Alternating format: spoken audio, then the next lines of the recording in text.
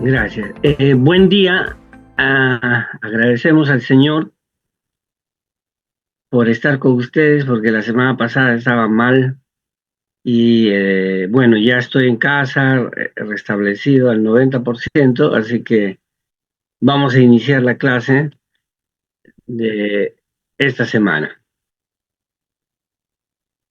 Todos ven el PPT, ¿verdad? Sí, señor. Excelente. Entonces, el curso es Biblia, Niñez y su administración y hoy estamos en la segunda clase. La lectura bíblica está en Lucas 8, 15 al 17, que dice así, ¿no? En la versión Dios habla hoy. También le llevaban, ¿no? Qué interesante acá, la versión niñitos a Jesús, porque en griego Lucas usa, a diferencia de Marcos y Mateo, usa intencionalmente, en vez de paidión, que es niños, que pueden ser de 2, 3 años, 4 años, usa un término llamado en griego brefos, ¿no? Y por eso también le llevaban niñitos a Jesús, que también se puede traducir como niños que están amamantando, ¿no? Y dice la palabra de Dios, para que los tocara, pero cuando los discípulos lo vieron, comenzaron a reprender a quienes los llevaban, ¿ves? Porque son niñitos. Entonces Jesús los llamó y dijo, dejen a los niños que vengan a mí y no se lo impidan, porque el reino de Dios es de quienes son como ellos. Les aseguro que el que no acepte el reino de Dios como un niño, no entrará en él. Qué hermoso texto. El objetivo de esta sesión es comprender los valores de la cultura mediterránea del siglo I y entender cómo el cristianismo primitivo se volvió, se volvieron defensores de los niños y niñas por la predicación del reino de Dios de Jesús.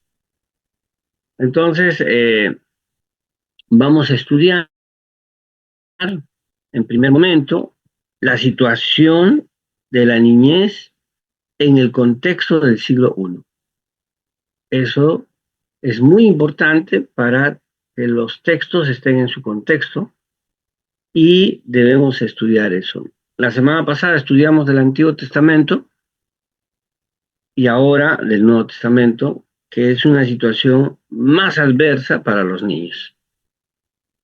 La profesora Carmen Bernabé, en el libro eh, Así vivían los cristianos, dice, ¿no? Es cierto que hoy en día muchos niños de ambos sexos siguen siendo sometidos a semejantes violencias, pero la diferencia está en que la inmensa mayoría de la gente lo ve como algo anormal y execrable, mientras que en aquellos momentos eran muy pocas voces que lo condenaban. ¿A qué se refiere, no? Que en el siglo I, en la cultura grecorromana, donde predicó el apóstol Pablo, con su primer viaje misionero, segundo y tercer viaje, que está eh, informado en Hechos de los Apóstoles, era habitual en la cultura mediterránea del siglo I las diferentes prácticas que vamos a estudiarlo. La exposición de niños, que era cuando un niño no era reconocido por su padre, su madre tenía que botarlo afuera, tenía que deshacerse del niño o la niña. El infanticidio, que está descrito en el Evangelio de Mateo, que muchos creían que no existía en el Imperio Romano hasta que se encontró una prueba arqueológica ya, que era matar a los niños por alguna política, como la de Herodes el Grande, que quería desaparecer al Mesías y mandó matar niños. La esclavitud y trabajos forzados. los niños, aparentemente en la cultura grecorromana, a pesar que eran sus hijos, se ha demostrado, la arqueología ha demostrado, que hacían trabajo de adultos a partir de los 7 años. Trabajo de adultos. La tortura o abuso sexual. Muchos niños, Marcial, un poeta del siglo I, ¿no? Señala que era mejor el sexo con niños que con mujeres. Wow. ¿No? O sea que practicaban abiertamente la pederastría con niños esclavos.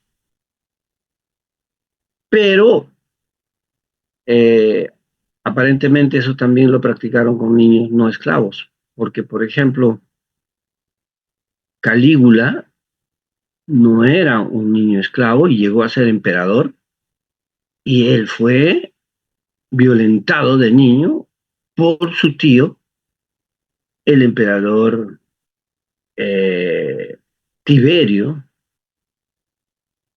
que está citado en la Biblia, en Lucas capítulo 3:1.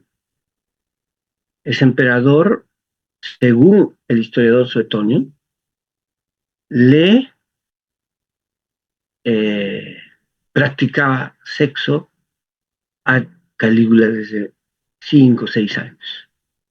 Por desgracia de Calígula, su papá murió cuando él era niño. 5, la explotación en la prostitución, ¿no? Esto era común en la antigüedad, con prácticas habituales que se hacían en la cultura greco-romana. Es importante señalar que el judaísmo, basado a la teología de la creación que la semana pasada les enseñé, y a la alianza, no practicó la exposición de niños, no practicó el infanticidio, sí practicó trabajo con niños, no practicó el abuso sexual a niños, ni la pederastía, tampoco la explotación, la prostitución.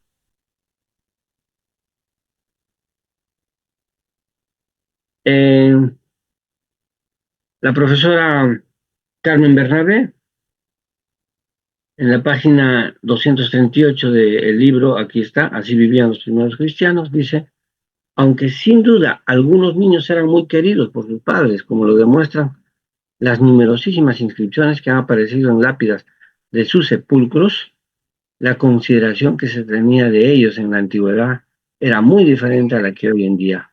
Estaban expuestos a gran violencia que se ejercía de formas múltiples.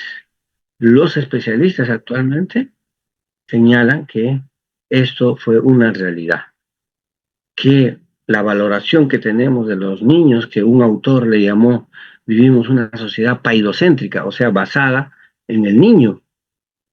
Hoy, antes no se basaba en el niño, se basaba en una visión adultocéntrica, patriarcal, que buscaba violentar a los niños. Entonces, empecemos esta situación penosa de los niños en el siglo I. En el siglo I, la niñez importaba como proyecto de adulto, tenía una valoración muy diferente a la nuestra de la niñez, ¿no? También eso casi dijimos la semana pasada del Antiguo Testamento, que el niño era valorado como proyecto de adulto que iba a cumplir la ley y el pacto que Dios había hecho con el pueblo de Israel. Muchos vivían en situación de subsistencia, intentaban controlar la cantidad de niños que podían criar. Para muchos era caso de vida o muerte. La mayoría de las prácticas que era echar a un niño de tu casa, ¿no? Que ya señalé que se llamaba la exposición de niños, era por asuntos económicos. Y tenemos datos de algunos judíos que practicaron eso también. No era una práctica, eh, por ejemplo, la Mishnah judía, que fue escrito en el año 170 al 220 después de Cristo, nunca contempla la exposición de niños en judíos, pero eh, hay casos que se ha encontrado que algunos judíos sí lo hicieron porque era por cuestión de vida o muerte, o sea, por pobreza extrema, que no tenían darles qué comer y ya la mujer estaba embarazada. Recuerden que los abortos en el siglo I eran muy peligrosos. Yo escribí un artículo sobre el aborto en el siglo I pensando que no existía abortos como hoy, pero sí existían abortos. Y el aborto estaba eh, controlado específicamente por el pater familias, el hombre de la casa, o el beta, el patriarca de la casa judía. O sea, no era una decisión de la, como ahora, ¿no? Hay muchas adolescentes que se embarazan y están buscando abortar. No, no era una decisión del adolescente, era una decisión del patriarca, del pater familias, ¿no? Legalmente, él decidía todo y podía decidir. El 90% de las que practicaban el aborto morían o quedaban eh, estériles para toda la vida. Muy pocas vivían. Pero sí se practicó el aborto en el siglo I. Incluso la doctora Mary Beard, Así vivían los romanos, es un video que ustedes lo pueden conseguir en YouTube, que tiene 4 horas, muestra un aparato que ella encontró del siglo I para sacar bebés en el aborto. ¡Wow! O sea, un aparato que, que introducía en el cuerpo de la mujer para sacar el bebé, ¿no? Entonces, sí existía, pero era netamente patriarcal. Entre los métodos de control de natalidad encontramos, ¿no?, el aborto, como les dije, sí existía, el infanticidio, la exposición de niños. Estos también se usaban en caso de ilegitimidad, ¿no? Por ejemplo, si el esposo tenía relaciones sexuales con la esposa 1 año y la esposa estaba embarazada, ya era porque le había engañado. Entonces, el, el padre de familia podía mandar abortar o mandar matarlo o echarlo. Malformaciones en algunos casos, ¿no? O señales adversas en el nacimiento. Recuerden que en la antigüedad, en el siglo I, tenían muchas vinculaciones a religiones paganas, como la semana pasada les enseñé del dios Moloch, ¿no?, que era un dios que cuando había sequía, etcétera, pedía a un niño y lo quemaban a un niño, y Jeremías y otros textos lo están denunciando. Entonces, empecemos con el nacimiento de los niños y niñas. En este libro, Historia de la Vida Privada, eh, el profesor Paul Beinet, es un libro enorme que he investigado, ¿no?, el nacimiento en el Imperio Romano. El nacimiento de un romano no se limitaba a ser un hecho biológico. Los recién nacidos no vienen al mundo, o mejor dicho, no son aceptados en la sociedad, sino en virtud de la decisión del jefe de familia. O sea, no es que, como ahora, ¿no?, el niño tiene derecho a, a, a que su padre y su madre firmen. No, no existía eso. El niño tenía derecho en cuanto el jefe de familia, por eso Job dice, maldito el día en que mi padre me puso en sus rodillas, ¿no? Recuerden que la anticoncepción, el aborto, la exposición de niños de origen extraconyugal y el infanticidio del hijo de una esclava Eran pues prácticas usuales y perfectamente legales. O sea, si la esposa podía pedir, por ejemplo, oye, vas a tener un hijo con la esclava, yo no quiero tenerla. Así que no le reconozcas y bótalo o mátalo. Esas eran prácticas habituales desde el siglo I. En Roma no puede decirse que un ciudadano ha tenido un hijo, o lo toma o acoge. En latín se dice tolere. El padre ejerce la prerrogativa inmediatamente después de nacido su hijo de levantarlo del suelo donde lo había depositado la comadrona para tomarlo en sus brazos y manifestar así que lo reconoce y rehúsa exponerlo. Este también es otro dato. El nacimiento de los niños en la antigüedad, tanto en las culturas hebreas y en las culturas mediterráneas del siglo I, como es el mundo grecorromano, el nacimiento de un niño es de pura la mamá y las comadronas, puras mujeres, no entra ni un hombre, ¿no? Por ejemplo, yo cuando nació mi hijo Mateo, estuve en su nacimiento y corté el, el cordón umbilical de mi hijo, porque hoy se practica eso, pero en la antigüedad, cuando nacía un bebé, era el lugar de mujeres, no entraba ni un hombre. La madre daba a luz sentada en una butaca especial lejos de las miradas masculinas, o bien ha muerto durante el parto y ha habido que extraer al bebé de su vientre abierto. Eso también es muy importante. El nacimiento era peligroso. 30% de los que nacían morían. Naturalmente morían, porque no tenían medicina moderna. Muchísimos morían. La criatura que su padre no ha levantado, si no lo levantó, ¿no?, se verá expuesta ante la puerta de su domicilio o algún basurero público. Lo recogerá quien lo desea. Séneca decía, mira, Séneca, un filósofo romano, hay que separar lo bueno de lo que no sirve para nada, refiriéndose a niños no aceptados por su padre. O sea, es una práctica usual.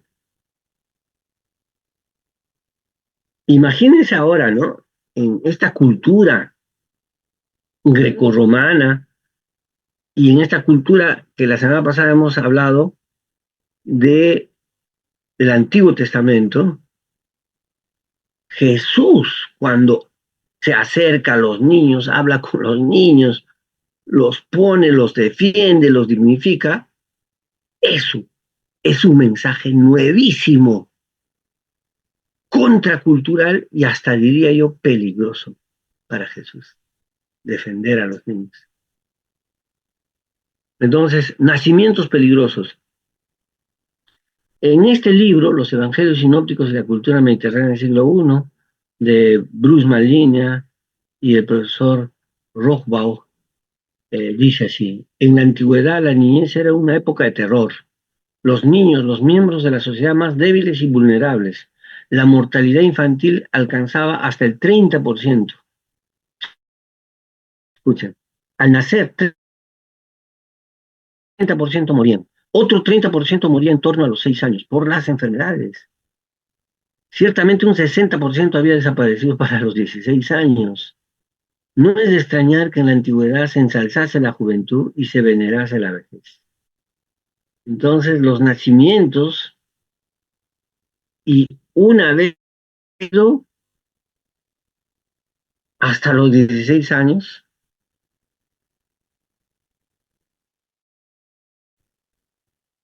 entonces el nacimiento, y una vez que el niño ha nacido, eran épocas peligrosas.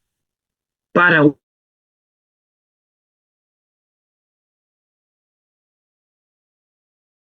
viral mataba a un niño. Cualquier pandemia mataba a un niño. Y en la antigüedad convivieron con cientos de pandemias. Lo que hemos vivido nosotros en la pandemia, eso era común, por ejemplo, en la época de Martín Lutero, en el siglo XVI. Y en el siglo I era peor. 3. Exposición de niños. Esta práctica cruel significa que si no querían criar a un niño recién nacido, lo exponían en un determinado lugar de la ciudad. La arqueología ha determinado que los dejaban en algunos lugares de Roma, como a orillas del río Tíber de Roma, o cerca de la columna de Lactaria, en el foro Olitorio, donde cualquiera podía recogerlos y utilizarlos en sus propios intereses, educarlos y venderlos como esclavos. A las mujeres mayormente las convertían prostitutas, a las niñas mujeres, y a los niños los convertían en esclavos para trabajos forzados. Y esto también es importante, que también lo he investigado y escribí un artículo sobre eso. Era diferente la esclavitud en el judaísmo y en el mundo greco-romano. Era diferente. Hay un dicho en la Mishnah judía que dice así: el que tiene esclavo tiene amo, porque según Levítico, el esclavo es tu hijo legítimamente, tienes que darle buena comida, buena ropa y buen lugar de dormir.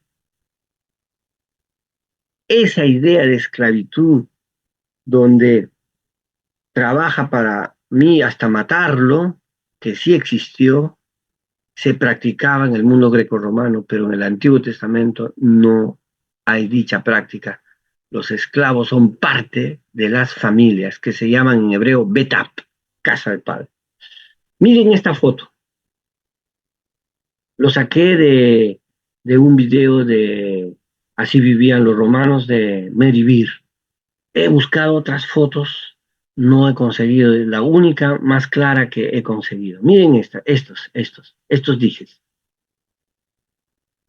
Y un documento que se llama Oxyrhynchus Papyrus 744 del siglo I, dice así, y dio a su hermana Alice: has de saber que aún estoy en Alejandría. Recuerden que Alejandría lo había fundado Alejandro Magno, y su amigo Ptolomeo lo engrandeció, y en épocas romanas Alejandría era una ciudad romana. No te preocupes si los demás vuelven y yo permanezco en Alejandría. Te ruego que cuides de mi pequeño, y tan pronto reciba el salario te lo enviaré. Si por fortuna estás embarazada y es un niño, que viva. Si es niña, exponga, deséchala. ¡Wow! ¡Qué terrible! ¿Qué le está diciendo el padre de este hijo? Que si nace niña, que lo bote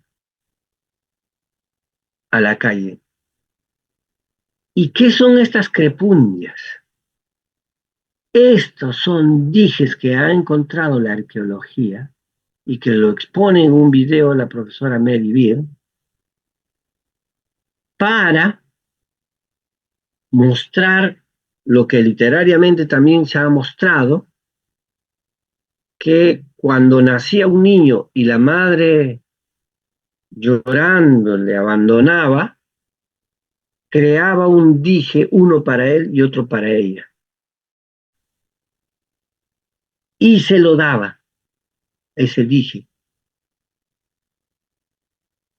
Y en la literatura romana, después de 20 años, se encontraban mamá e hijo, y le mostraba su dije el niño, y la mamá también: eres mi hijo, se reencontraban, como una novela. Y esto existió en la antigüedad, y era una práctica muy...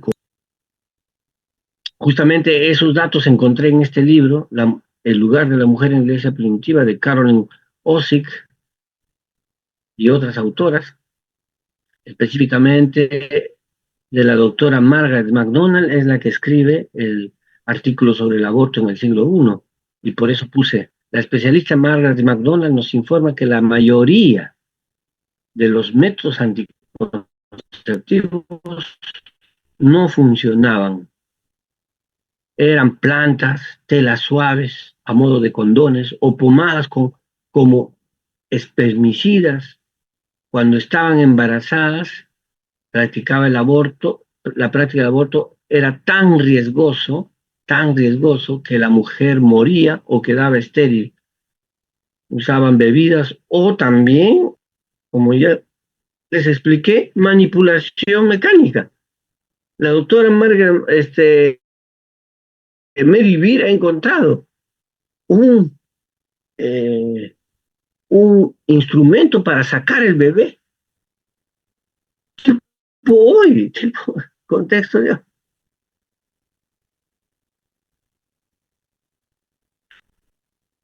Así que Mary Beard encontró un instrumento para retirar el bebé del vientre de la madre de la antigüedad del siglo I.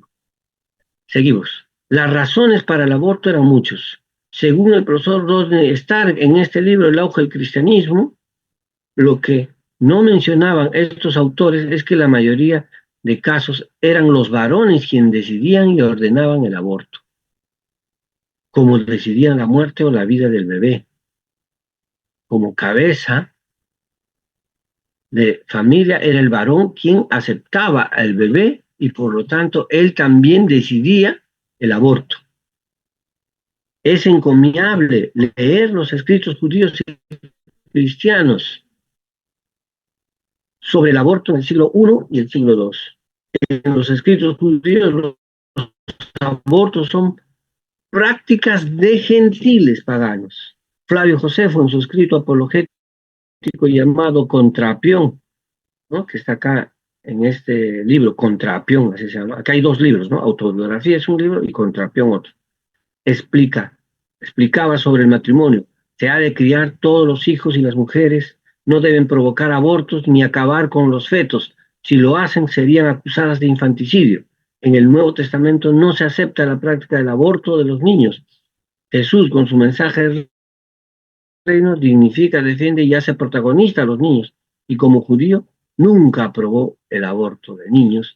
Y los judíos, tanto en el Antiguo y Nuevo Testamento, no aprobaron el aborto de niños. Esa era una práctica pagana, donde el apóstol Pablo predicó al mundo grecorromano. Ahí sí se encontró prácticas de aborto.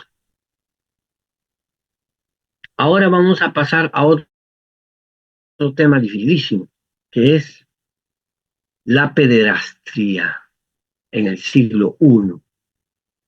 Qué terrible. ¿Qué es la pederastría? Cuando un hombre adulto tiene sexo o con niñas o con niños. Qué terrible. Y la práctica de la pederastría en el mundo grecorromano del siglo I era común. En Grecia estaba admitida y se consideraba aceptable y normal que un hombre mayor tuviera sexo con niños y niñas de estatus social más bajo. Esto eh, muestra con fuentes del siglo I cómo practicaban los griegos el sexo con niños de clase más baja. Hay un famoso libro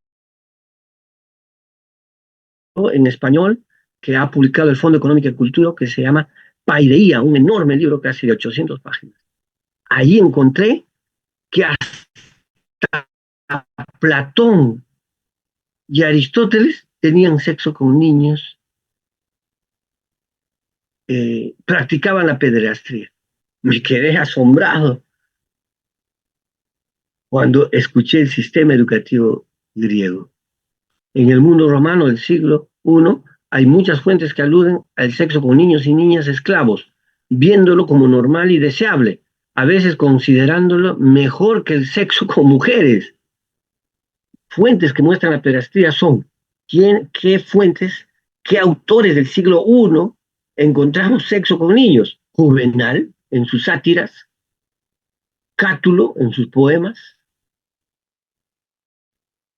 Horacio en sus sátiras, Marcial en su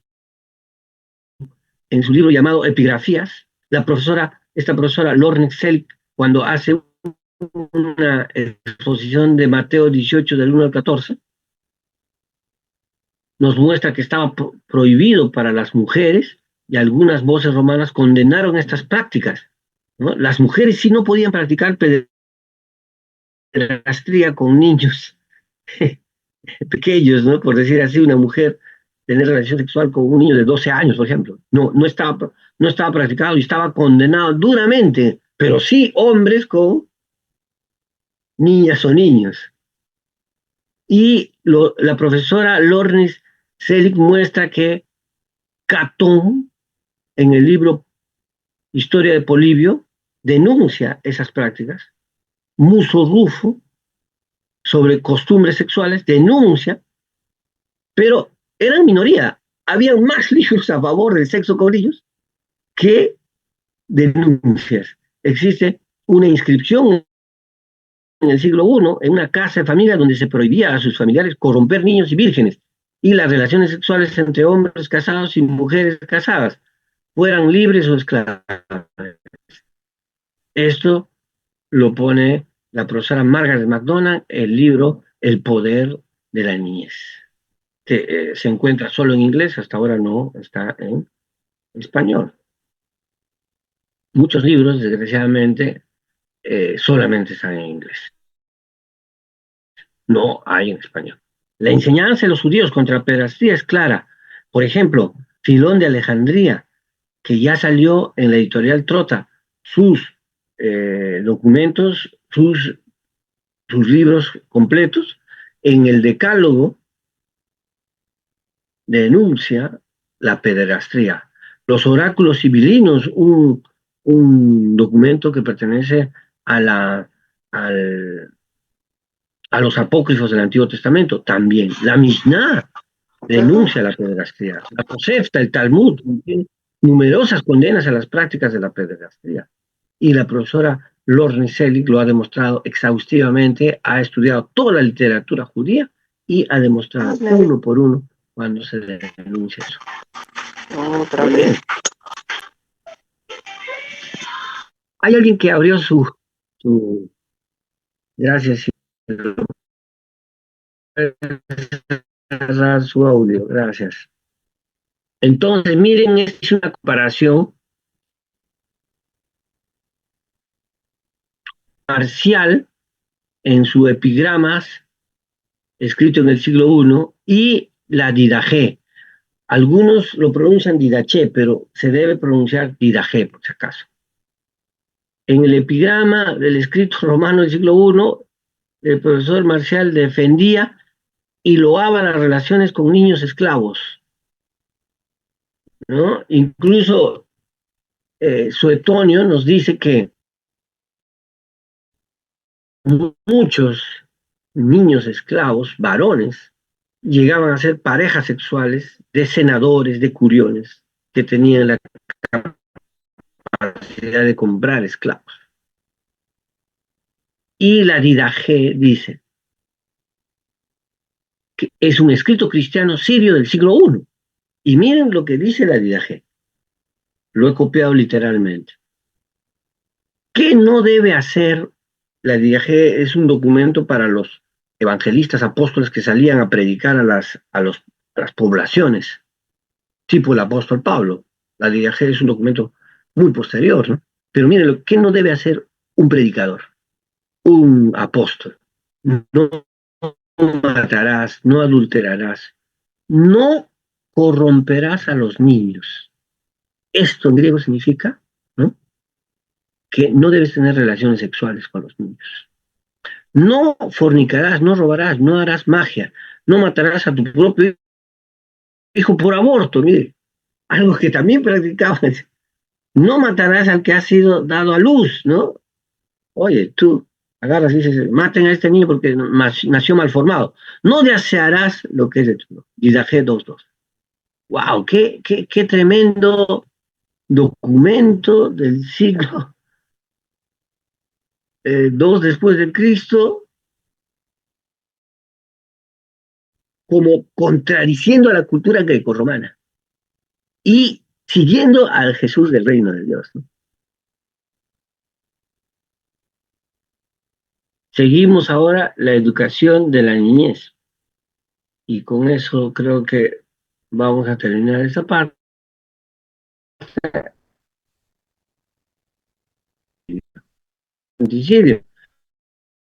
niño y una niña, según los nuevos hallazgos, fueron practicados en el siglo I. La muerte de niños se realizaba antes de los 7 días, también entre 1 y 3 años, como en el Evangelio de Mateo. Las prácticas eran arrojarlos al agua, a los ríos, a las cloacas. Algunos niños nacidos deformes o débiles, al no ser aceptados por el padre, eran asesinados, aunque los nuevos estudios muestran que no era una práctica muy generalizada, que eran muy pocos casos. Sobre el infanticidio, en Ashkelon, a 100 kilómetros de Judea, de Jerusalén, se encontró más de 100 niños asesinados después de muertos. Es la prueba arqueológica más importante. La actitud del judaísmo y cristianismo del siglo I. En la época del siglo I, las prácticas antes mencionadas estaban generalizadas entre egipcios, griegos y romanos, cuyas leyes y costumbres no las prohibían. Algunos filósofos grecorromanos como Musio, Rulfo, Tácito y Heracles criticaron estas prácticas, pero sin mucho éxito.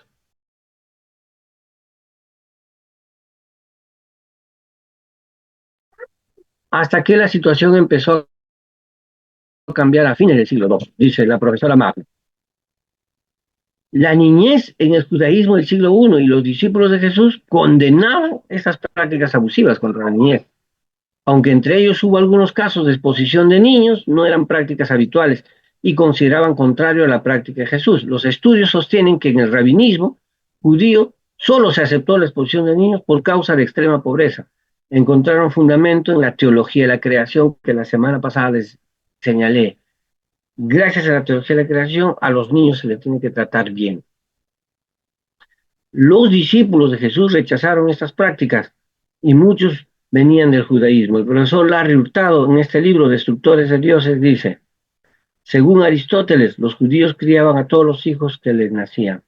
Según los historiadores, la única crítica generalizada de la práctica y la única negativa colectiva al abandono de niños entre los 3 primeros siglos se produjo entre judíos y primeros cristianos. Larry Hurtado, qué tremendo dato historiográfico. Y los evangelios narran varios hechos de Jesús. El relato de Marcos 10, 13 al 16, donde Jesús abraza y bendice a los niños y pide a sus discípulos que no se le impida acercarse a él. Estaba haciendo alusión al mandato de acoger niños huérfanos o expuestos, según el profesor John Fitzgerald.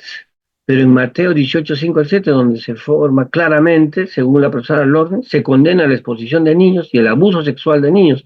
Según la autora, el uso del término del verbo escandalizar, ¿no?, que se hace en otros lugares del Evangelio y la literatura extrabíblica, permite afirmar que se alude a pecado de tipo sexual. O sea, cuando Jesús se acerca en Marcos 10 y en Mateo 18, se puede interpretar que son también algunos de ellos niños abandonados y otros niños que están expuestos a situaciones sexuales terribles. Lornice sostiene que se refiere a la exposición de niños y niñas por el verbo en griego que usaba en Mateo 18:10, acerca del menosprecio de niños, porque este verbo se usa en relación a exposición de niños en otras obras como la Epístola de Basilio y Hechos Apócrifos de Tomás. Los seguidores de Jesús denominaban seductores de niños aquellos que tenían sexo con ellos. Se negaban llamarles amantes, dice la profesora Corne Hor y John Marter. El cristianismo primitivo se volvió verdadero luchador de los derechos de la niñez. Los seguidores de Jesús fundamentaron sus actos desde la teología de la creación como los judíos y consideraban a los niños como seres creados a la imagen de Dios. También les enseñaron ética sexual y la responsabilidad de los padres en la crianza de los niños. Llegaron a mejorar la vida de niños y niñas gracias al mensaje del reino de Dios. Hasta aquí llegué y entramos a las preguntas. Gracias. Seguramente ha sido mucha información, pero gracias a Dios que tienen el PPT, lo pueden revisar detalladamente, pero estamos ya en época de preguntas, tenemos 10 minutos, pueden levantar la mano. Ya levantaron dos la mano. Adelante, por favor, si les pueden dar pase. Ahí tengo dos manos levantadas. Marlene y Rocío Cartolín. Marlene, por favor. Adelante.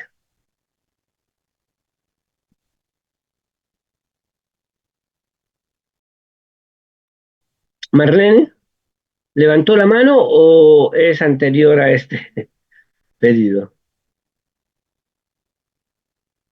Y Rocío Cartolín, si no puede Marlene, Rocío Cartolín, ¿levantó la mano? Adelante, puede tomar la palabra y preguntar. Y también pueden hacer preguntas en el chat. Sí. Buenos días, pastor. Buenos días, Buenos bienvenido. días, pastor. Sí, habló sobre el aborto, ¿no? Que es un tema tan controversial. Y este tema sería bueno nosotros como iglesia, ¿no? Tratar sobre esos temas, porque hay casos de repente que se puede dar también, ¿no? Y sobre los niños nacidos deformes, ¿no? Que realmente había, esos niños deformes eran asesinados, ¿no? Hoy en día, por ejemplo, también hay niños con discapacidad, ¿no? En algunos casos, por ejemplo, los padres se separan cuando, en algunos casos, ¿no? He escuchado que los padres se separan cuando el niño nace con alguna discapacidad.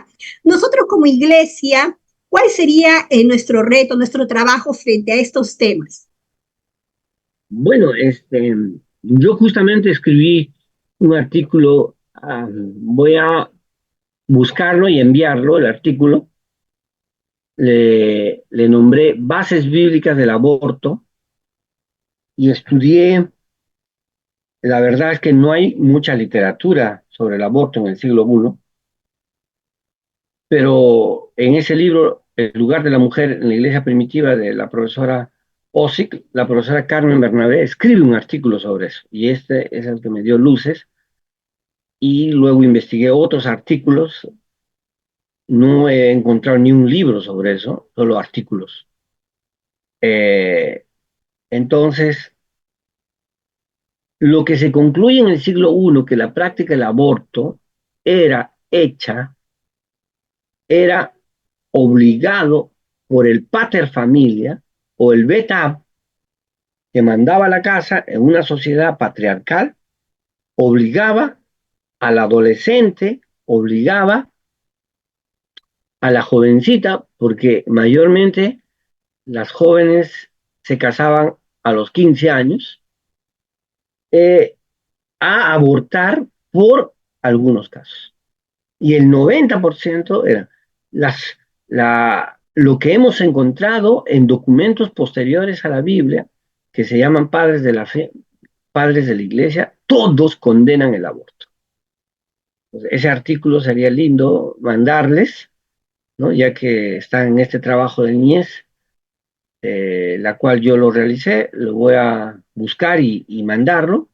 Y segundo, sobre la otra consulta que me hizo, de estos niños, ¿no? Que nacen con algunas, que ahora llamamos personas con discapacidad.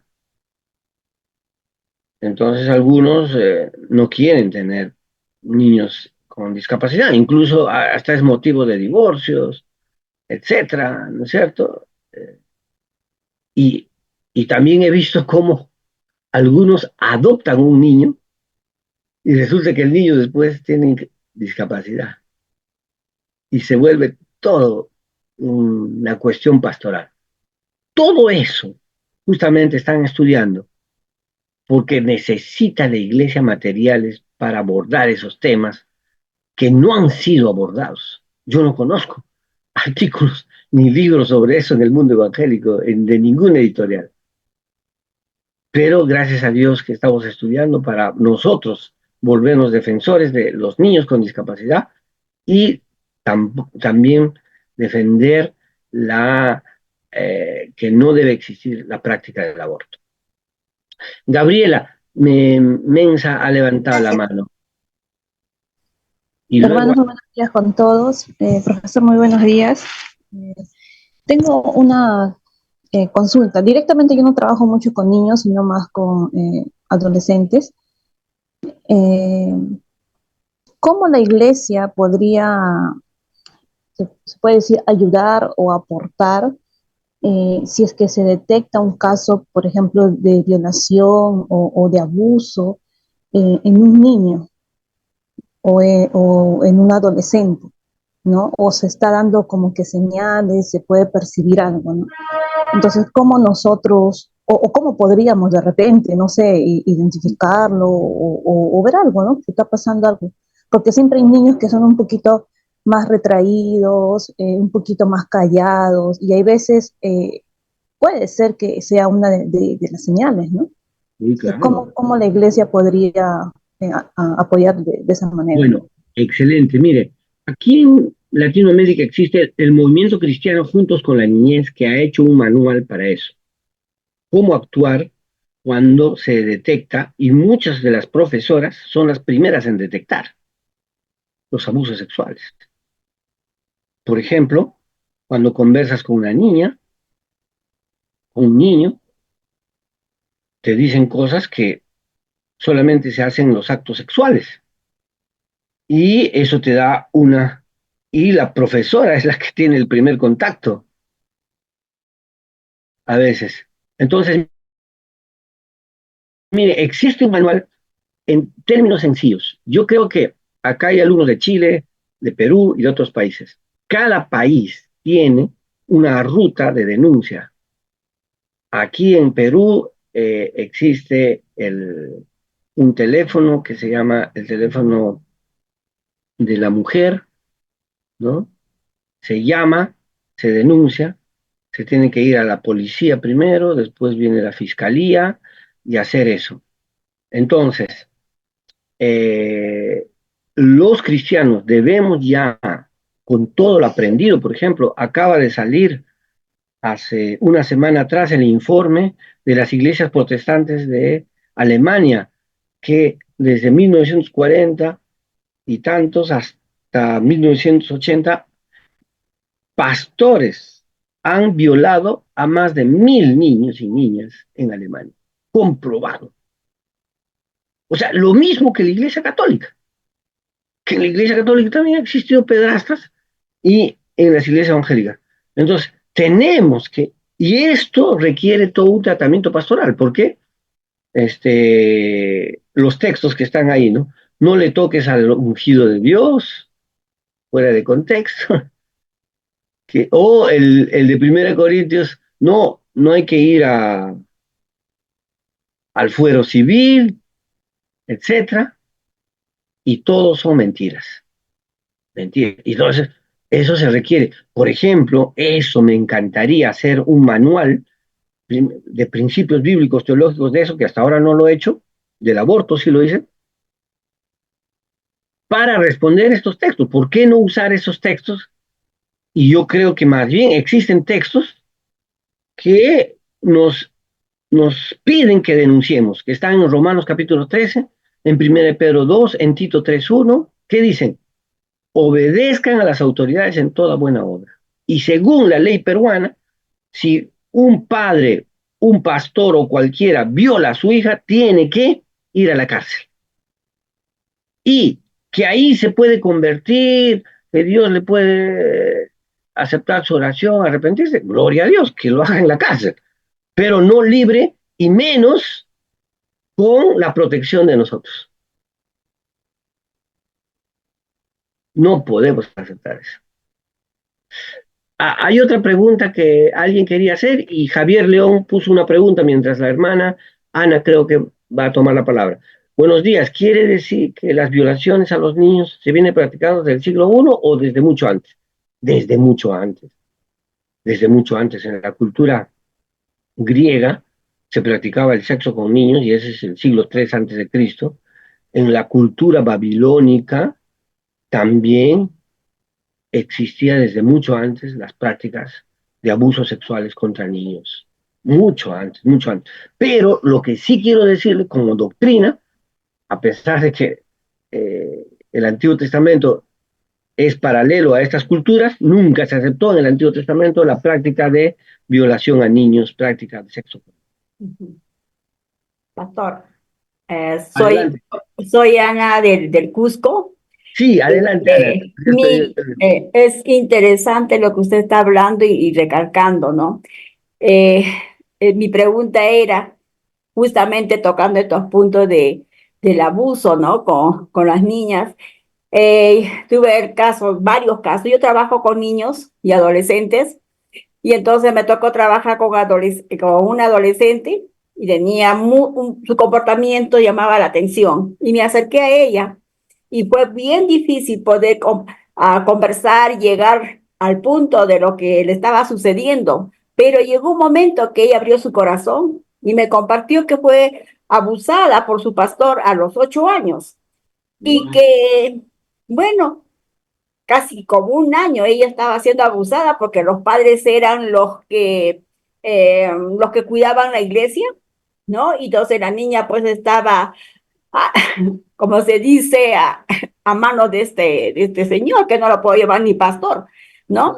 Y lo que resulta que la niña me cuenta, ¿no? Que la iglesia se enteró al año y luego pues lo llaman a una reunión y al pastor lo sacan de la iglesia y hace que pague 200 soles para que sea atendida por un psicólogo. Yo digo, 200 soles es la manera de reparar a una niña que ha destruido su vida y ver la situación de los 12 años, cómo ella estaba. Pastor, usted lo olvida a esta niña. No había manera cómo ayudarle y yo necesitaba bastante porque son casos. Y entonces mi pregunta es, ¿por qué la iglesia no hace nada a favor de estos niños abusados? ¿Por qué más bien los defienden? Y justamente el equipo de la iglesia decía, no, es un escándalo y mal testimonio para el pueblo. ¿Cómo es posible que un pastor haya hecho esto? No, lo mejor es sabiamente actuaremos y lo mandaremos a otro lugar. Y yo me quedo indignada, digo, ¿cómo es posible?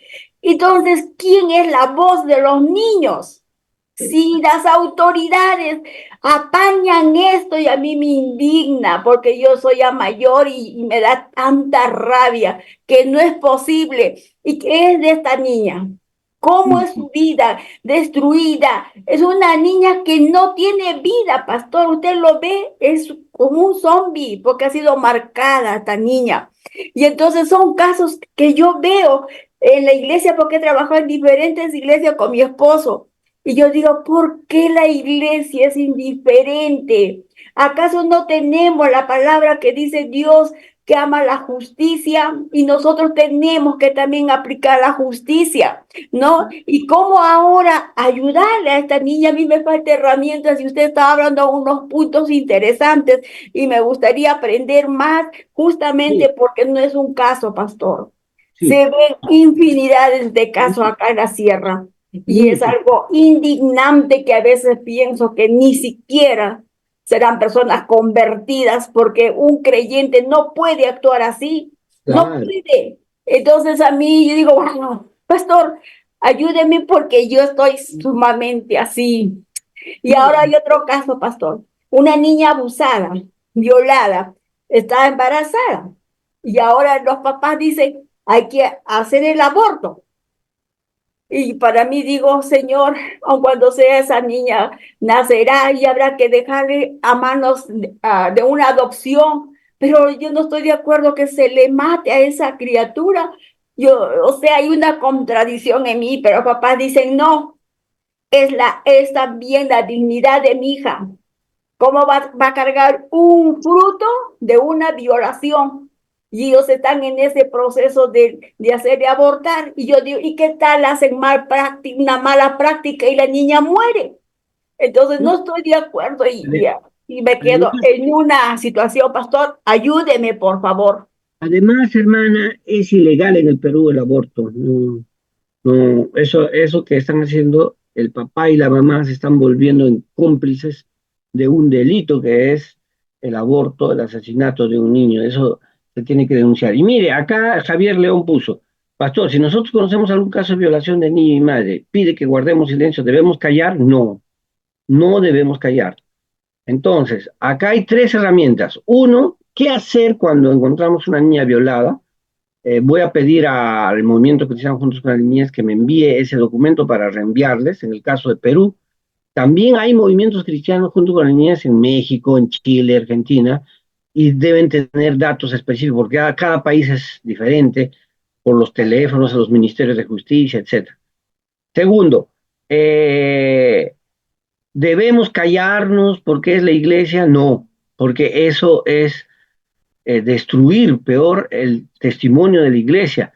Y peor, solamente al pastor sacarlo de un sitio y para que llegue a pastorear a otro sitio, eso es lo peor, porque va a ser lo mismo, ¿no? Y eso ya se demostró con los sacerdotes católicos. Y tercero, vamos también a pedir, hay un documento de qué hacer con estos niños, como esa niña que está, como dice, zombie, ella lo que necesita es un tratamiento eh, muy grande para poder restablecer su vida. Y existen tratamientos para eso.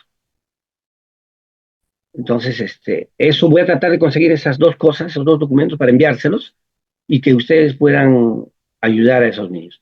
Y por último, ya porque ya es hora para, ya no podemos dar más tiempo, sobre el manual de abuso sexual lo ha hecho el movimiento Cristiano Juntos con la Niñez del Perú. Y yo se los voy a enviar, hermana. Eh, Dice acá Marlene, excelente exposición, pastor. Quiere decir que el ser humano no ha cambiado y ahora todos los casos están más expuestos por el Internet, como la iglesia. Hay niños, hay que conversar con nuestros niños para alertarlos de los peligros del mundo. El enemigo está como león rugiente. Los niños en el futuro de nuestra iglesia que llegarán a ser líderes. Sí, lo mismo pasó en la antigüedad, pasa ahora solo de modo oculto, de modo terrible, ¿no? Ya, entonces ahora voy a seguir con la exposición y estoy poniendo el PPT, por favor.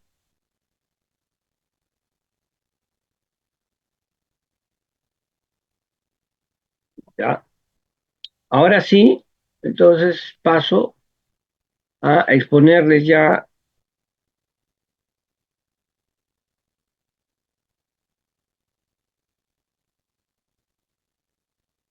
la niñez en tiempos de Jesús y las interpretaciones bíblicas.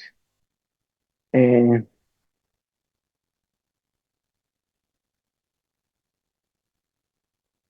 un ratito.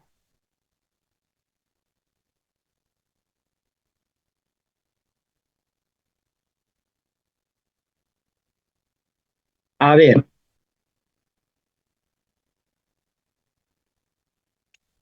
cuando se han leído los textos de niñez, ¿no? Estas que Jesús se acerca a los niños, deja a los niños venir a mí, o cuando los discípulos dicen, ¿quién va a ser el mayor de nosotros? Que pasaba un niño y Jesús le puso al medio, ¿no?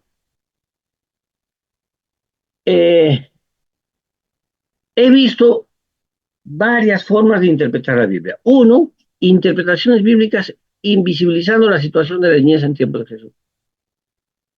No han estudiado la situación de la niñez, el contexto, y cuando leen niñez piensan que son como nuestros niños. Así que no escandaliza ese mensaje, ¿no? De Jesús, porque si piensan que son como nuestros niños de ahora, en una sociedad paidocéntrica donde el centro es los niños, sí hay niños vulnerables, pero nuestros hijos son bien cuidados y todo. Entonces, como que no hay una alerta, ¿no? Que requiere la iglesia. Y esto está mal, invisibilizar las situaciones de peligro de los niños no está bien. Como la hermana dice, ¿no? Ha visto una niña violada, otra niña violada por su propio pastor, imagínense. Entonces no hay que invisibilizar a los niños, más bien que hay que visibilizarlos. Dos, interpretaciones adultocéntricas, justificando los estereotipos sobre la niñez en nuestras épocas, como el castigo físico humillante, ¿no? Entonces, eh, o como estas ideas que se tienen, que los niños son tontos, no saben nada, o son mentirosos, o los niños están exagerando, ¿no? Esa es una visión adultocéntrica, ¿no? Al niño hay que, eh, como dice en Génesis 33, ¿no? Cuando Esaú y Jacob se encuentran después de tiempo, se abrazan, ¿no? Y Saúl le dice, ¿qué es todo esto? ¿Por qué has puesto todo esto? Había puesto primero sus esclavos, sus hijos, eh, es mi familia, le dice, ¿no? Buscaba misericordia de su hermano Saúl, Jacob, ¿no? Y se abrazan y le dice, vamos a celebrar. ¿Y qué le dice Jacob a Saúl, no? Ve tú adelante, yo voy al paso de los niños, ¿no? Entonces, a los niños hay que ir en su proceso que se encuentran. Hay un niño de 3 años es diferente a un niño de 5 años, de 7 años, de 10 años, pero no podemos tener, ¿no?, una visión adultocéntrica, minimizando a los niños, solamente los utilizo para el Día del Niño o la Navidad en la iglesia, ¿no? Justificando el castigo físico humillante o justificando, no, que todos estos niños son una tira de mentirosos, de estos estereotipos que se tienen. Eso está mal. 3, interpretaciones bíblicas subjetivas y anacrónicas, suponiendo que la situación de la niñez es semejante a nuestra época, ¿no? Como no han llevado un curso de Biblia y niñez, creen que los niños de la época de Jesús eran, por ejemplo, tenían todos los derechos. No, un niño no tenía ningún derecho en la época de Jesús. Un niño era visto como un esclavo en la época de Jesús. A partir de los 7 años, el niño tenía que trabajar, o sea, lo que a nosotros ahora llamamos trabajo infantil, que es denunciado, que está mal, eso era normal, y tanto entre judíos como entre grecorromanos. Un niño tenía roles bien marcados por ser varón o mujer, y así eran sociedades muy eh, diferentes a las nuestras. Entonces, si nosotros hacemos interpretaciones subjetivas, anacrónicas, no es bueno. Y lo que debemos hacer es una interpretación bíblica, exegética y contextual desde Latinoamérica. Debemos tomar estos textos, contextualizarlo, por ejemplo, a la niñez discapacitada, a, a la situación del aborto, a la situación de violencia que viven los niños y las niñas, que acaba de dar testimonio una hermana en nuestra clase, imagínense. Es terrible, ¿no es cierto? Y eso nos muestra que aquí está la Biblia y la Biblia tiene un mundo y nosotros estamos acá después de 2000 años y tenemos un mundo diferente a la Biblia. ¿Qué nos separa? La cultura de la niñez, por ejemplo, la historia, el idioma, ¿no es cierto? Otros elementos culturales. Entonces el intérprete tiene que entrar al mundo de la Biblia, comprendiendo esta cultura del niñez, la historia, el idioma, griego, hebreo, y traerlo acá para comprender la situación de la niñez y la situación de la niñez hoy y la situación de la niñez en la Biblia y hacer una interpretación sana, ¿no? Porque existe una distancia entre dos mundos. En la antigüedad no existía la idea de igualdad, no existía, ¿no? Hoy decimos, los niños son iguales que nosotros. Esa idea no existía en la antigüedad. No, incluso como les señalé en el Antiguo Testamento la semana pasada, el hijo primogénito tenía más derechos que los otros hijos. Hoy en día yo no encuentro ninguna legislación latinoamericana que pueda decir así. Que el hijo que nació primero y es varón tiene el doble de herencia del segundo. No, no es cierto. Estas ideas de igualdad no existían. De derechos humanos tampoco, porque como en el mundo grecorromano, a los niños esclavos podían usarles para tener relaciones sexuales, por ejemplo. la idea de individuo tampoco. Las sociedades antiguas en el siglo I son grupales, no individuales, ¿no? Hoy existe el individuo, ¿no? Y su capacidad de persona subjetiva, etc. En la antigüedad no existía eso. En la antigüedad valías por el grupo, ¿no? Los especialistas de la Biblia le llaman personalidad diádica, así le llaman, porque su mundo era en grupo. Hoy existe privacidad, en la antigüedad no existe privacidad, no existe, no existe el derecho a la privacidad, que no, por ejemplo, el, el derecho, la virginidad de tu hija no es privado, es público. Incluso está en un documento judío si ha tenido relaciones sexuales o no. Y vale su dote en cuanto a tener derecho a relaciones sexuales o no. No existe privacidad en la antigüedad. Los castigos a hijos e hijas eran practicados, como ya les expliqué la semana pasada.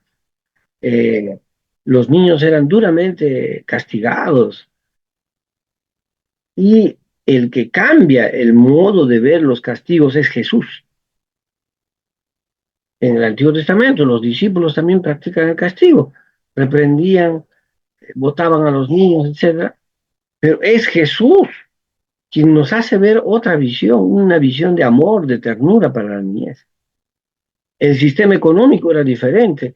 Los niños a los 7 años ya estaban trabajando. El contexto histórico es totalmente diferente entonces, ¿no? Entonces, miren esto que debemos tomar en cuenta. Ahora vamos a estudiar lo más importante, que es Jesús proclama las buenas noticias para la niñez. Empecemos. La niñez en el ministerio de Jesús es símbolo del reino de Dios, ¿no? Ahora, muchos estudiosos, ¿no?, han demostrado que Jesús en Mateo, Marcos y Lucas 78 veces repite el reino de Dios y 2 veces la palabra iglesia.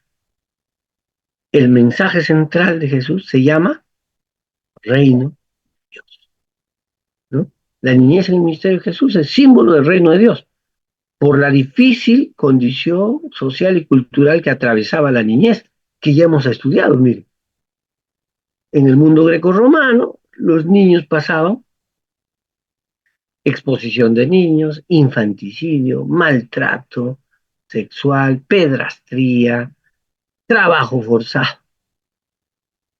Jesús usa la condición de la niñez para expresar el mensaje del reino de Dios. Ser niño o niña en Jesús personifica el mismo reino de Dios. Solo los más vulnerables, los más sencillos, los más humildes, que no apelan a su condición social, familiar, económico, religioso, pueden entrar al reino de Dios. La niñez es símbolo del reino, ¿no? El reino de Dios es, si aceptas a un niño, entonces perteneces al reino de Dios. Si no, no. Como un niño, ¿no? El profesor Ernesto Evaristo Nieto, en este diccionario, dice: los niños son los más grandes indigentes, los grandes necesitados, los más pobres, ¿no? Pues dependen de los demás de manera absoluta. No pueden valerse por sí mismos, lo necesitan todo, ¿no? Y por eso yo hago este comentario. Ser niño o niña en tiempos de Jesús significaba ser los más vulnerables, los más pequeños, los más oprimidos. Sin embargo, para Jesús es la condición para ser discípulo de Jesús. Por lo tanto, Jesús está haciendo lo que yo llamo un giro simbólico para enseñarnos a confiar plenamente en Jesús y dejar todo para entrar a esta nueva familia de Dios. Así, ser niño o niña en Jesús es pertenecer al reino de Dios y ser parte de todas sus bendiciones y sus condiciones. Mientras que, por ejemplo, para los judíos, ¿no? Que tenían escuelas rabínicas y eso te daba una entrada a ser un sabio, Acán, se dice en hebreo, ¿no? O un soferín, un escriba, o como Flavio Josefo en su autobiografía habla de los fariseos, ¿no? Que eran los judíos que más estudiaban la Biblia, las Sagradas Escrituras del Antiguo Testamento. Entonces, Jesús lo que nos está diciendo, ¿no? Es que si algunos se basan a ser rabinos, otros se basaban a ser de familia sacerdotal, otros a pertenecer a una tribu, o como orgullosamente lo decía Pablo en Filipenses 3, en 2 Corintios 11, ¿no? Hebreo de hebreos, celoso de la ley, de la tribu de Benjamín, ¿no? Etcétera. Jesús utiliza la imagen del niño. Si quieren ser discípulos, si quieren pertenecer al reino, no se hagan como un fariseo, como un sacerdote, como un levita, como un sabio. No, háganse como un niño. Y en la cultura, tanto judía como grecorromana, un niño es lo vulnerable. Un niño es, incluso las palabras niño, en griego, que están escritas en el Nuevo Testamento. Por ejemplo, Pais es un niño de 7 a 14 años que trabaja, pero es sinónimo de esclavo y es tu hijo, ¿no? El país es tu hijo y es sinónimo de un esclavo. Y el país, el brefos es un bebé que está amamantando, pero es sinónimo de inútil, tonto, estúpido. Y el pairión, que es un niño de 3, 5 años, es sinónimo de débil. Claro, con los datos que hemos tenido, un niño nacía a los 3, 4, 5 años, su vida no estaba asegurada. 30% iban a morir antes de los 6 años, otro 30% antes de los 17, 60% iba a morir. O sea, una mamá tenía 12 hijos y 7, 8 hijos se le morían.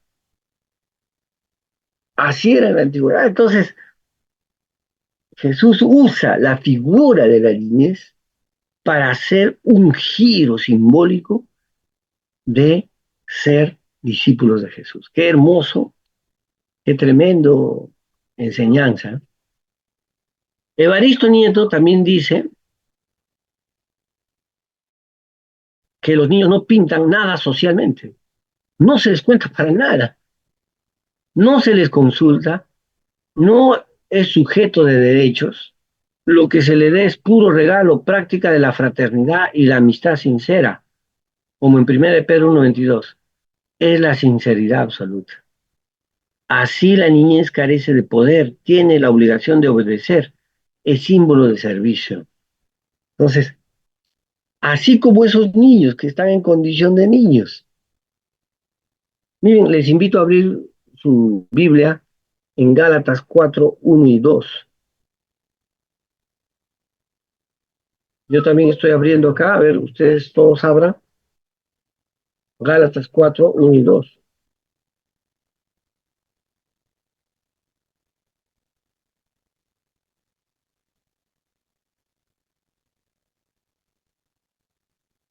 En la Reina Valera lo voy a leer.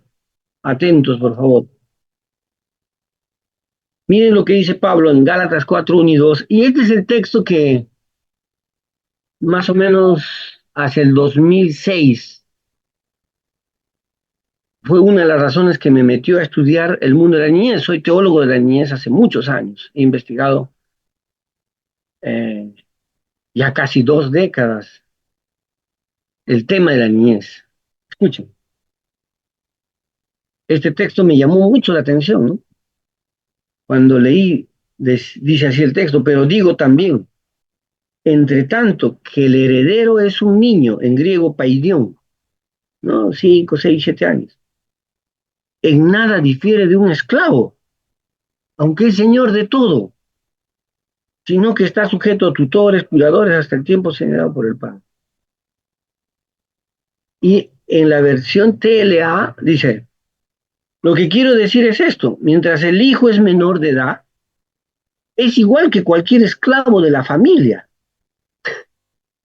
y depende de las personas que lo cuidan y le enseñan, hasta el día que su padre le entrega sus propiedades y lo hace dueño de todo. Mi hijo, que es heredero de los bienes que yo tengo, nunca le llamo esclavo, ni es igual que un esclavo hoy. ¿Pero por qué Pablo dijo eso? Y encontré la respuesta en todo lo que les he enseñado anteriormente, en que la situación de la niñez era terrible. Como decía el profesor Bruce Malina, era una época de terror, ¿no es cierto? Entonces, estamos en esa situación. Seguimos ahora con esta enseñanza. Un especialista de la niñez opina que en épocas de Jesús la niñez era vista como puer senec o niño adulto. Por los relatos de los evangelios, esta es una interpretación que se debe tomar en cuenta. Entonces, por ejemplo, en el apócrifo del Antiguo Testamento llamado Asunción de Moisés, que narra la niñez de Moisés. Dice que Moisés nunca hacía travesuras, Moisés nunca perdía nada, era obediente y le gustaba estudiar, leer y escribir. Esa visión que se tiene del niño adulto, también Mary Beer en su video, de Así vivían los cristianos, muestra una estatua de un niño que dice, ¿no? Nunca perdiste tus zapatos, nunca hiciste un berrinche, siempre te portaste bien. Eso, ¿no? Es que el niño ha dejado de ser niño y eso es por la cultura patriarcal adultocéntrica. El profesor Reynald Har, en este libro, Infancia de Jesús, explica, los niños eran percibidos de forma negativa en la antigüedad, se consideraban carentes de juicio, miren, ignorantes, pendencieros y corporalmente frágiles. Eso en la infancia de Jesús. Esta realidad podemos verla como ambivalente. Por un lado apreciaban a la niñez y por otro la cultura de maltrato, que en ese contexto se hacía para la disciplina de la niñez. Que en ese contexto se hacía para la disciplina de la niñez. Los niños eran vistos como adultos. Qué terrible, ¿no? Qué terrible. El profesor Asghar Reichler en este libro dice, los adultos mantenían con los niños relaciones distantes y caracterizados por una escasa perspicacia psicológica, disciplinando a base de castigos físicos, ¿no? Hay un texto que señala, ¿no? Cómo debe ser un hombre en público. Nunca abraces a tu esposa, nunca abraces a tus hijos, no te muestres débil. O sea, besar a un hijo, abrazarle, jugar con él es mostrarse débil para la cultura grecorromana. Los niños eran vistos ante todo como un medio de asegurar la renta familiar y la sucesión, así como el sostén de sus padres en la ancianidad. La infancia se percibía como un entrenamiento a la adultez, un aprender a convertirse en seres autónomos y productivos. Así pues, el puer senec era una figura idealizada que representaba un estereotipo cultural muy alejado de la realidad de la infancia en la antigüedad, ¿no? Hoy en día hay que quitar esa idea del puer senec. Si yo quiero una iglesia de niños, un culto de niños, lo que único que hacemos es que imitan el culto de adultos, culto de niños. Pero un culto de niños no puede ser visto adultocéntricamente. Ese es un grave error. Eh, ¿Qué hace un niño aproximadamente hasta que termine la pubertad? ¿Qué hace un niño cuando sueña, se despierta, cuando amamanta, cuando come? ¿Sabe qué hace un niño? Juega. Ese es su mundo. Todo es jugar. ¿Tú quieres que tu hijo se bañe? Tú le dices, mira, yo a mi hijo Emanuel le decía, hoy es domingo, tenemos que bañarnos, tenemos que estar limpios, perfumados para ir a la iglesia. Y él me decía, papá, yo soy niño sucio, no quiero bañarme. Porque no le importan los conceptos adultos. Pero yo le armaba su baño, ya estaba listo el baño, una tina donde bañábamos a Emanuel. Y yo le decía, Emanuel, tu perro Pau Patrol me ha dicho que ha visto tu agua para bañarse y dice que quiere bañarse primero que tú. Y él me decía, no, Emanuel le gana a Chase, le va a su perro, Chase. Y se sacaba toda la ropa y se bañaba rapidito. No podemos ver a los niños como puercénix, no podemos idealizarlos como, qué lindo, mira, qué lindo. Se pone a leer un libro, uy, este niño sí es inteligente. Pero juega, no, no es inteligente. No, es absurdo. Mirar a un niño como adulto es tener una visión adultocéntrica. Y por eso digo yo acá, Jesús toma a los más vulnerables y hace un giro hermenéutico para decirnos que la forma más radical de ser discípulo es ser como la niñez de su contexto, o sea, hacerse pobre, vulnerable, inútil y esclavo. Ser niño y niña también era visto como un proyecto de adulto desde las construcciones sociales de su tiempo, creando estereotipos de niños cuasi adultos, ¿no? Y hasta ahora se hace eso. Como cuando se relata que Jesús hablaba con los maestros en el templo y parecía un niño adulto que estaba en otra etapa y no en la infancia, ¿no? Y claro, estas cosas sucedieron, pero yo me imagino Jesús niño, jugando, riéndose, ensuciando su ropa. Si creemos en lo que dice Filipenses, sin estimarse ser Dios, se hizo hombre, que en la teología se llama la encarnación, así se llama en la teología. Entonces, Jesús no era un niño adulto nada más. Tenemos una visión de niño adulto en los evangelios de la infancia, debatiendo con los maestros, por supuesto, porque yo he visto a mi hijo, por ejemplo, cuando le compré un libro de insectos y no sabía leer y escribir, y se memorizó todos los insectos. Y se sentaba conmigo, papá, mira, este es el avispón, y, y cómo se memorizó, porque al inicio él te pedía, ¿cómo se llama este? ¿Cómo se llama? Tanto se memorizó, oye, y ahí está un niño adulto que nosotros podemos enseñarle conectando, no gritándole, no insultándole, no poniendo, no, a un niño se le enseña conectando, jugando, cuando él está jugando, cuando él está. Entonces, él se aprendió todo. Y entonces yo dije, si se puede aprender los insectos, ¿por qué no se puede aprender los personajes de la Biblia?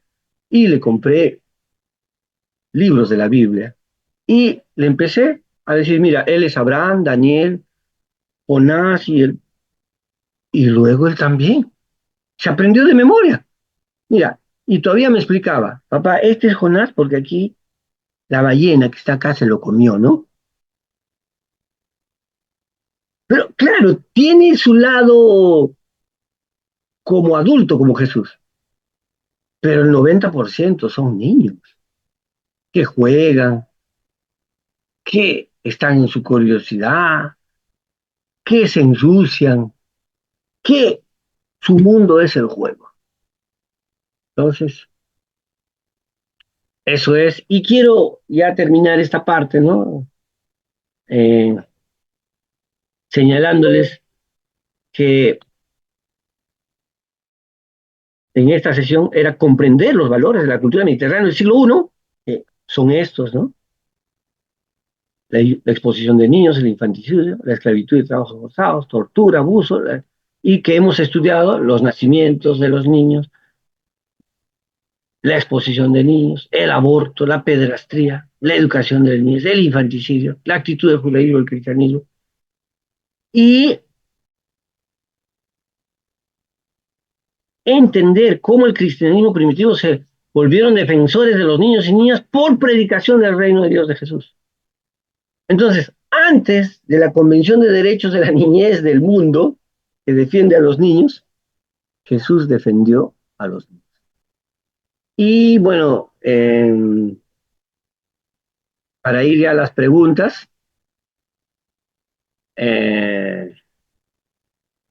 estos son la bibliografía que utilicé.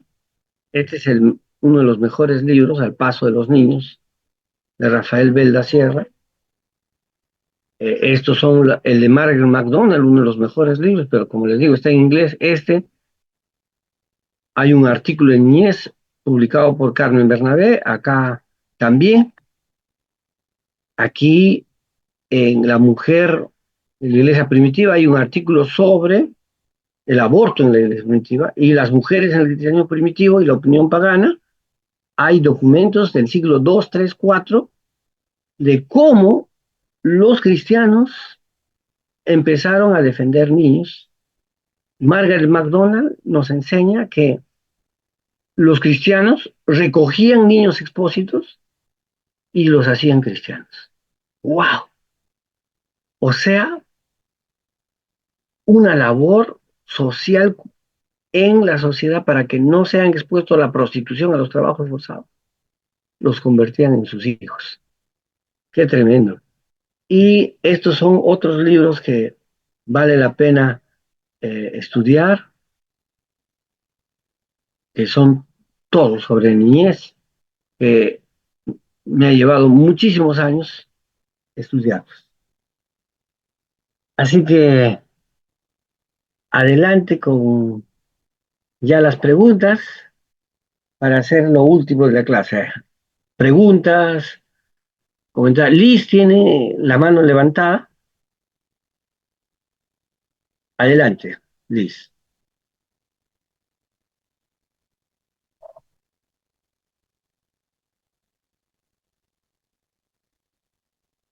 Profesor Josías, Adelante. Liz tiene la mano levantadita. Sí, Liz, adelante, puede hacer la pregunta. Ay, buenos días, profesor. Sí, justamente lo último que usted mencionó con respecto a la Declaración de los Derechos Humanos, entiendo, estaba leyendo la lectura de la PPT-1, de la clase 1, donde menciona que cuando se crea, creo, la ONU en el 48, 11 años después todavía recién se enfocan en lo que eran los derechos tanto de la mujer como de los niños. Quiere decir que antes de esa declaración global con respecto a la niñez, cada país tenía su propia forma de llevar la conducta o la educación e incluso hasta la forma de crianza, y esto en paralelo, como usted menciona, el cristianismo era quien prácticamente hacía una beneficencia social en los niños, porque entiendo yo que la escuela dominical para los niños, cuando se crea esta iniciativa de dar educación cristiana a los niños, lo que ahora nosotros llamamos escuela dominical, era justamente en los siglos, no sé si 17, 18, cuando los hermanos cristianos de Europa comenzaron a crear los primeros colegios donde se aceptaban a niños que no tenían condición económica para llevar educación. Quería justamente tener esa, ¿cómo se dice?, ese paralelismo con respecto a lo que usted estaba mencionando. Gracias. Mire, la Convención de Derechos sobre los Derechos de la Niñez fue adoptada por la Asamblea de la ONU el 20 de noviembre de 1989, recién, aunque este proceso había empezado en 1979, ¿no? Entonces, ¿qué pasaba antes? ¿Qué pasaba? Eh, es paralelo al caso de las mujeres. Por ejemplo, en Perú, cuando las mujeres no podían votar, la mujer no tenía derecho a la propiedad. En España, las mujeres en el mundo occidental, eh, por ejemplo, si una mujer se quedaba viuda, no podía disponer de los bienes de su familia, porque la ley le ponía a un hombre, sea su hermano del esposo o el papá, incluso en la Biblia, si la mujer se queda viuda, no es la que dirige la familia. Puede ser su hijo mayor, hombre, pero no ella, por ser mujer. Entonces, no tenían derecho las mujeres en el Antiguo Testamento. Yo he hecho estudios acuciosos de eso. Tengo varios escritos sobre la mujer en la iglesia primitiva, sobre ese tema. Eh, y el caso de los niños es peor, peor. Los niños no eran considerados personas humanas. Por ejemplo, Platón y Aristóteles discutían si un niño era ser humano a los 6 o a los 8 años. O sea, antes de eso no era ser humano. Y por eso creemos que habían políticas de infanticidio. O sea, un rey podía mandar matar a un niño de 3, 4 años porque no es un ser humano. Imagínese. Entonces, pero por eso hay un autor, ¿no? El profesor, el pastor de Compassion Internacional, en su libro Niñez, Iglesia y Misión, ¿no? Que está en internet gratuito, por si acaso, eh, Iglesia, no, perdón, Iglesia, Niñez y Misión, pueden bajarlo de internet gratuitamente, de Compassion Internacional. Él dice, ¿no? ¿Qué efectos ha tenido que por tanto tiempo la iglesia no se ha dedicado a la niñez? Por ejemplo, miren, yo hacia el 2004 llego a ser pastor de una iglesia en el Callao, que se llama El Redentor, que tenía un proyecto de niños pobres de Compassion. Y yo era un teólogo, he estudiado más de 25 años en facultades y todo, que me dedicaba a las cosas difíciles, ¿no? Me gustaba los documentos de más muerto, hebreo, griego, todo. Y cuando yo conozco a estos niños, niñas pobres, una niña, María, me cambió el corazón. Cuando vi su vulnerabilidad y dije, ¿qué estoy haciendo como pastor por los niños? Y mire, el 2005-2006, la directora de Compasión Internacional de Perú me dice, pastor, ya que usted es teólogo, ¿por qué no escribe algo sobre los niños? Y el mejor diccionario de esa época era el diccionario Certeza, el color blanco que tiene como casi 1000 páginas. Busco la palabra niño, ni existía en español. Imagínense, la iglesia abandonó a la niñez, las culturas abandonaron a la niñez. Eh, Cuando en 1822 Diego Thompson pide, ¿no?, por primera vez en el Congreso de la República del Perú, debe haber también educación para las niñas mujeres. faltaba 70 años, sabía, para que haya una primera escuela de mujeres, porque era todo para hombres. ¡Wow! ¿Qué estamos hablando? Estamos hablando de sociedades que eran androcéntricas, patriarcales, machistas, donde el hombre adulto era el que hacía todo, la mujer no debía estudiar, y peor los niños. A los niños, por ejemplo, en el judaísmo, como les expliqué la semana pasada, las niñas nunca estudiaron la ley, nunca, nunca se les permitió. Las mujeres les enseñaban cosas de mujeres, cocinar, lavar, planchar, la mujer virtuosa de Proverbios 31, todo, hacer cosas. El único que estudiaba era el varón. Y como les enseñé la semana pasada, en 3 sistemas educativos, ¿no? Es así.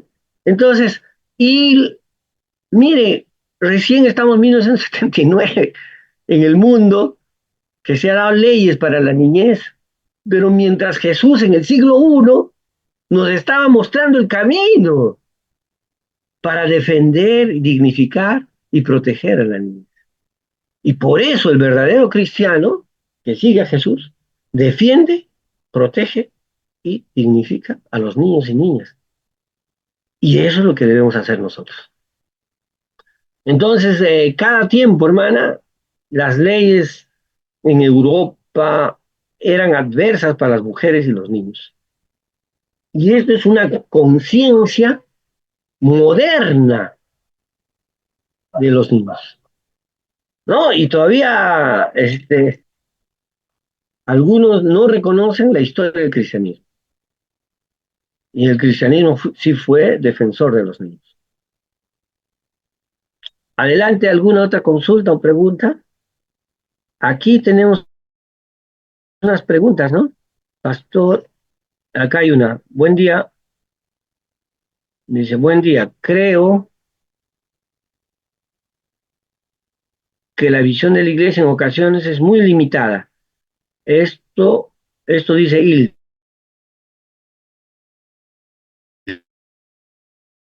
por si acaso. Esto lo considero que es por falta, en serio, por parte de pastores, porque sí conozco iglesias que tienen ministerio que ayuda legal, apoya a los niños, a huérfanos, mujeres maltratadas, etcétera. Claro. Y ahí justamente quiero hacer una cuestión que hice en mi tesis en la Universidad Bíblica Latinoamericana, cuando hablé de la niñez y el poder, ¿no? Porque nuestras iglesias están guiadas por el poder del pastor. Y si el pastor no tiene la visión legal, no se pone. Puede ser que la profesora de la escuela dominical pida, llore, todo, y el pastor dice, no, no, no, no, que eso trae mal testimonio, y no se hace. Es por eso que se tiene que sensibilizar a los pastores principales de esto, porque no es justo que los niños sean violados y se oculte como en la Iglesia Católica a los violadores, no es justo. También Javier León dice, Jesús como niño también practicó el trabajo o su cultura. Yo creo que sí, él mismo lo dice. Según como Ed Sander dijo, cuanto más estudiamos a Jesús, más judío lo encontramos.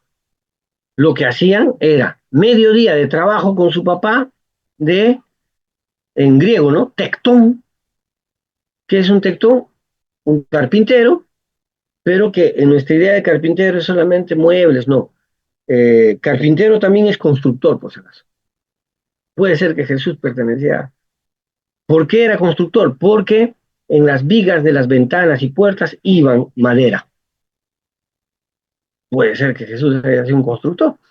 Y yo tengo un artículo por eso, carpintero constructor, que escribí sobre ese tema. Miren, Jesús trabajaba pues con su papá. Según la ley de la Mishnah judía, a los niños a los 8 años la mamá le entregaba al papá. Hasta eso la mamá le había criado el hijo. Y ya con su papá empezó a trabajar, mediodía, y otro mediodía su papá le enseñaba la Torá para que a los 12 años haga su bar mitzvah. Por supuesto que Jesús es un niño trabajador. Sería lindo escribir un artículo sobre Jesús y el trabajo de la niñez.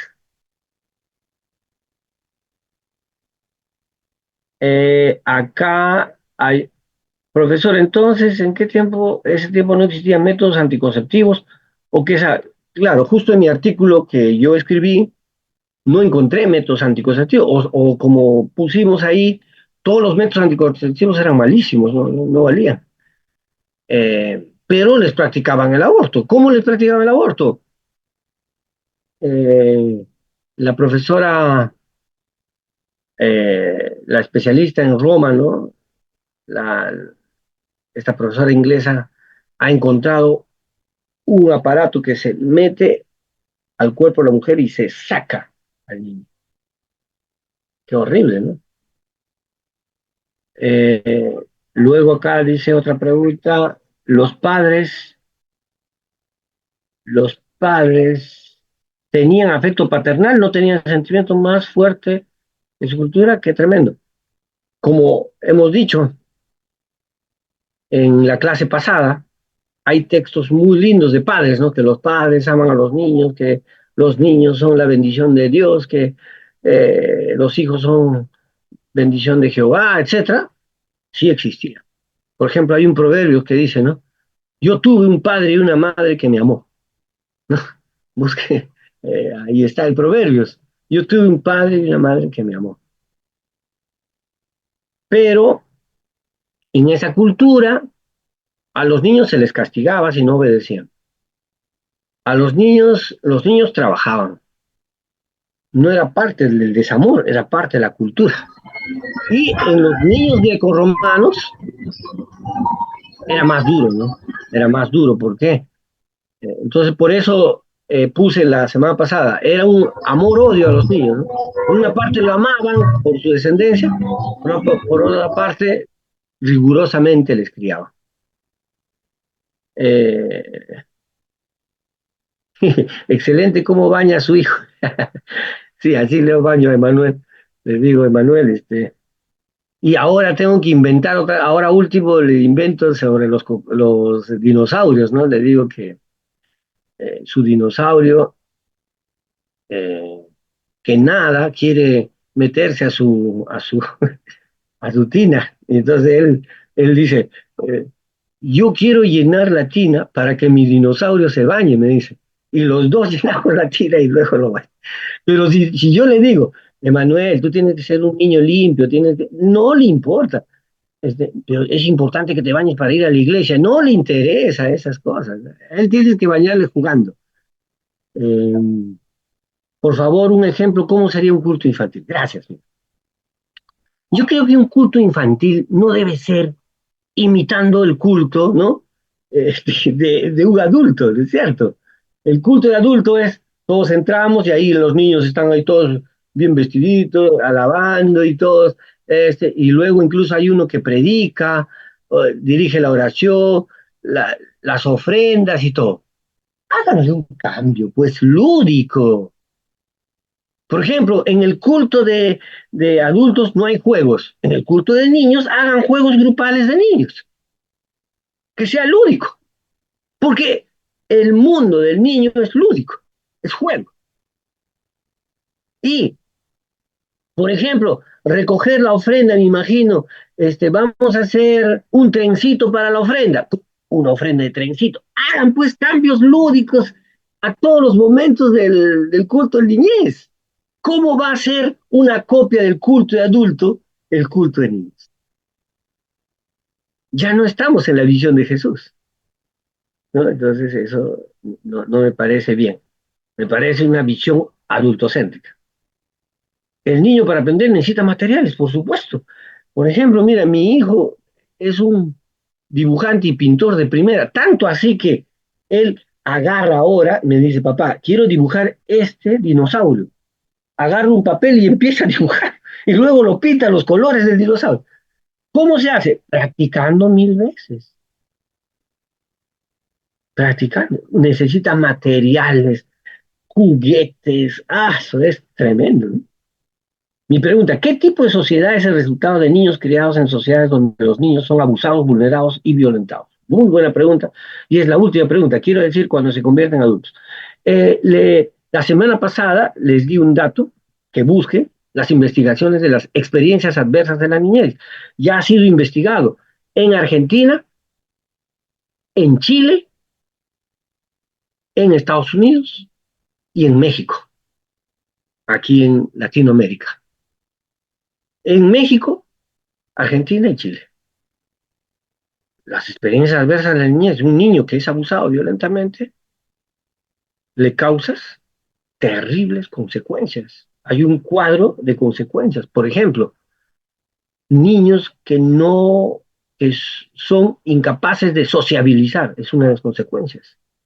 Cuando ya son jóvenes, no son capaces de hacer un trabajo en equipo.